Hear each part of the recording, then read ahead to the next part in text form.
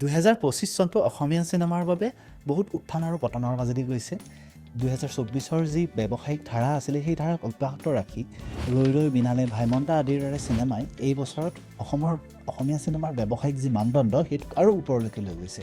একে সময়তে village Rockstar 2, কক কক কক আদিৰ দৰে চিনেমাই বুছান হওক বা বাৰ্লিন হওক তেনেকুৱা ধৰণৰ ডাঙৰ ডাঙৰ ইণ্টাৰনেশ্যনেল ফিল্ম ফেষ্টিভেলত অসমীয়া চিনেমাৰ নাম উজ্বলাই আহিছে।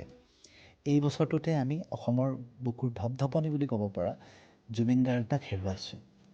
এই বছৰটোতে আমি তাৰ আগে আগে হেৰুৱাইছোঁ গায়ত্ৰী হাজৰিকাবাক, যি অসমীয়া চিনেমাত কেৱল গানেৰেই নহয় এগৰাকী প্ৰযোজক হিচাপেও নতুনকৈ খোজ পেলাইছিলে।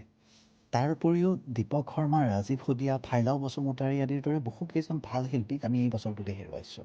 এনেবোৰ বহু বেয়া খবৰৰ মাজতো কিন্তু বহুকেইটা ভাল কথাও অসমীয়া চিনেমাৰ বাবে এই বছৰটোতে হৈছে। বহুকেইটা নতুন চিনেমা হল অসমত এই বছৰটোতে স্থাপন হৈছে।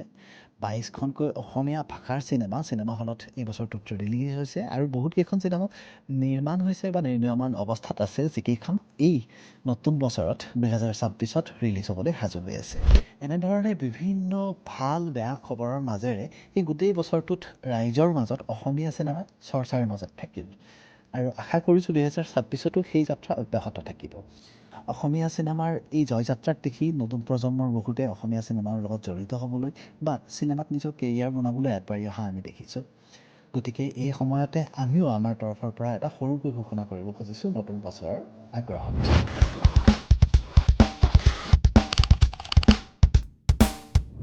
নমস্কাৰ, মই ধনজিৎ দাস। পেছাগতভাৱে মই এজন চিত্ৰ নিৰ্মাতা আৰু DI কালাৰিষ্ট হিচাপে বৰ্তমান কাম কৰি আছোঁ আৰু যোৱা কেইটামান বছৰত চিনেমাত কাম কৰি বা চিনেমা নিৰ্মাণ কৰি যিখিনি কথা শিকিছোঁ সেই কথাখিনিকে লৈ আমি এটা নতুন ইউটিউব চেনেল খুলিবলৈ লৈছোঁ।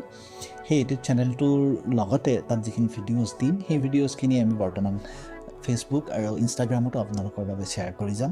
আশা কৰোঁ যিখিনি নতুন প্ৰজন্মৰ ল'ৰা ছোৱালীয়ে চিনেমা জড়িত হ'বলৈ বা চিনেমা শিকিবলৈ আৰম্ভ কৰিব বিচাৰিছে তেওঁলোকৰ কাৰণে আমি শ্বেয়াৰ কৰা এই ভিডিঅ'সমূহ ফলপ্ৰসূ হ'ব, তেওঁলোকৰ কাৰণে কামত আহিব।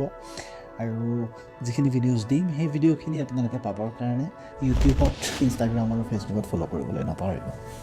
ধন্যবাদ।